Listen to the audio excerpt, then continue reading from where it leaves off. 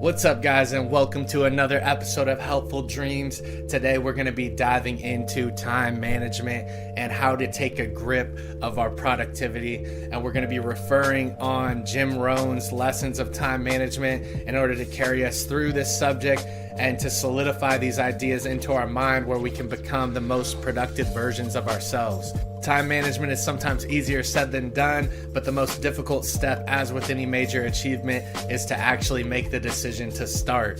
We must start to take a grip of our time and not let it slide through the cracks, because killing time is a form of suicide, not murder. Remember that. When you're letting time slip through the cracks, you're doing the harm to yourself.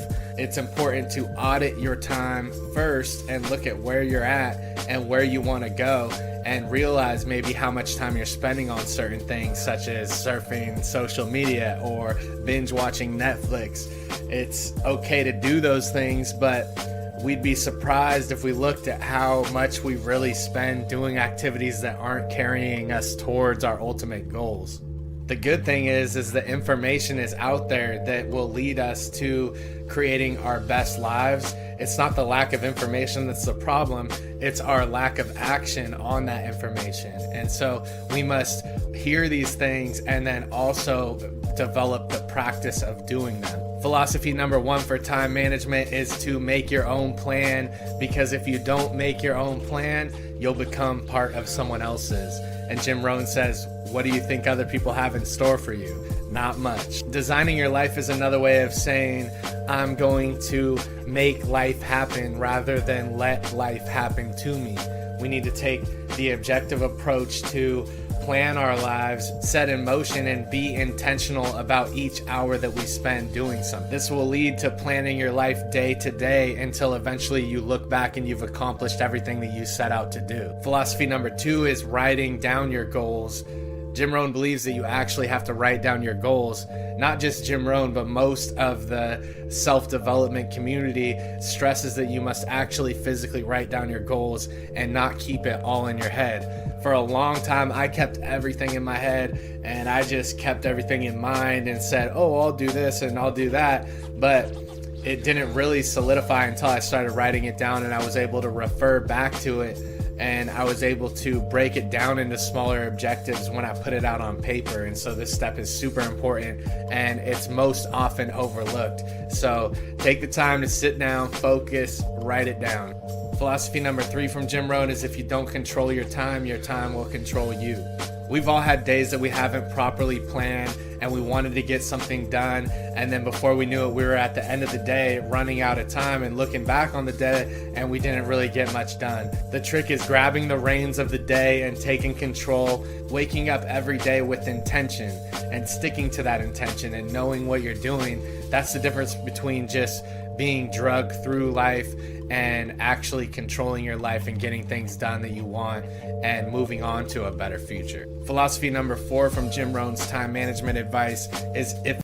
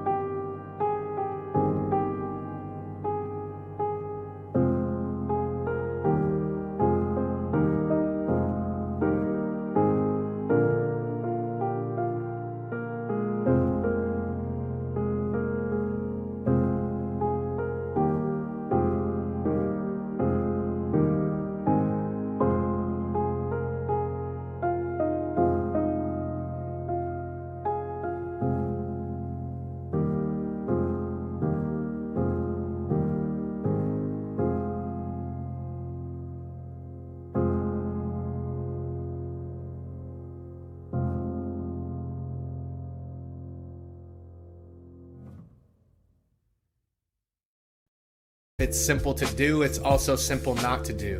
And so, as well as mapping out those larger objectives that we have and those big dreams that we have in life, we need to take into account all the small mundane tasks and properly block out time where we can get those done one after another in between the larger objectives that we're trying to accomplish. If you group them all together, they're easier just to knock down. You have to think of the 2-minute rule. If it takes 2 minutes to do, then you should probably do it right when you think about it. If it takes 10 minutes to do, batch it with the other 10-minute activities. And if it takes longer than that, then you may have to block bigger blocks of time to tackle it all. But boxing all the simple tasks together will ensure that they'll get done. And if you write them down, it allows you the ability to not let them slip through the cracks. And this is super important because things can get away from us easily if we do not handle these small tasks over a longer period of time. Jim Rohn's philosophy number 5 is desire loses its value without urgency. So it's important to set commitments and set deadlines, or else things won't get done. You have to set the deadline, commit, and then hold yourself accountable if you don't meet that deadline. Make losing painful for yourself, because we have to learn to motivate ourselves, and one of the biggest motivations is when that timeline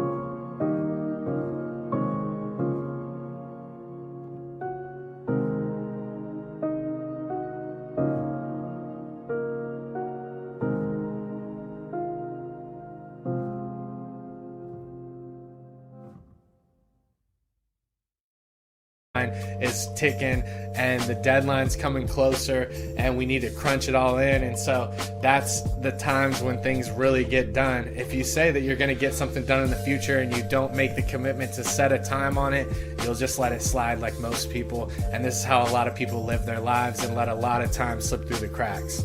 Jim Rohn's philosophy number 6 is to master the art of setting goals and look forward into the future rather than behind you. We have to refer to our goals daily to make sure if something didn't get done during any given day, that it can be carried into the next day and it can be set to accomplish the next day. We can't let things just kind of hang loose. We want to refer to our goals again and again. We also want to evaluate our goals in order to distinguish between what is important and what's not important to us. And we need to do this on a regular basis because things change, goals change, and we need to audit the way we spend our time, block out time. Most people greatly underestimate the time that we have each day. This is because they're used to kind of letting time fly by and not taking control of it. But we have to realize that every successful person of the past has the same amount of time as we do. If you're looking at the time that you spent in the past that you've let slip through the cracks, don't worry, because we have to remember that each day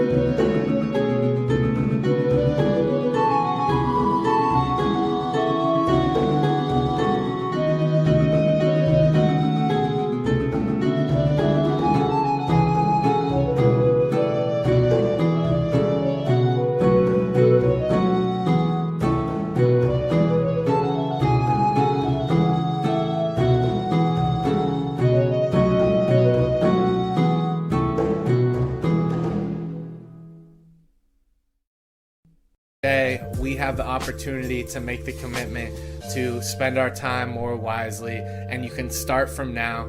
And I hope you guys have a relaxing weekend and you're able to reflect, but maybe this weekend on Sunday, sit down, begin to map out what your Monday is going to look like and then the rest of the week. And remember to block in time for your productivity objectives, as well as your time to maybe go on a walk and decompress in order to manage your energy levels and keep momentum flying into the future. That concludes our time for today. Thank you for stopping by. If you like this type of content, please subscribe. It helps get the message out to more people, and that's the name of the game. Thank you so much, and I'll see you in the next one.